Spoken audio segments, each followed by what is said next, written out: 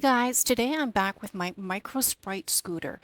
If you're relatively new with scooters, you'll want to watch the tips I have for you today.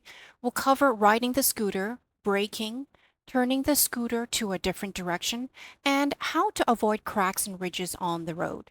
First of all, always wear a helmet. Even though we'll be focusing on my feet today, I'm actually wearing my helmet. To get some momentum on the scooter, place one foot slightly diagonal towards the top half of the board.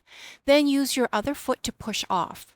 When you have enough speed, you can rest your foot behind your first foot at a slight diagonal. To turn the scooter, press down on the board with one foot and then pivot the entire scooter with the back wheel planted on the ground.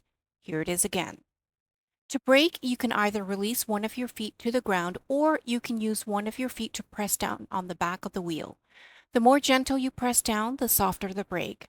For an immediate hard stop, you'll want to press down more firmly. Now, if you encounter a big crack in the sidewalk or a sudden ridge on the road, you'll want to place one foot on the ground and then lift the front wheel off the ground and push forward past the crack or ridge. I hope these tips help.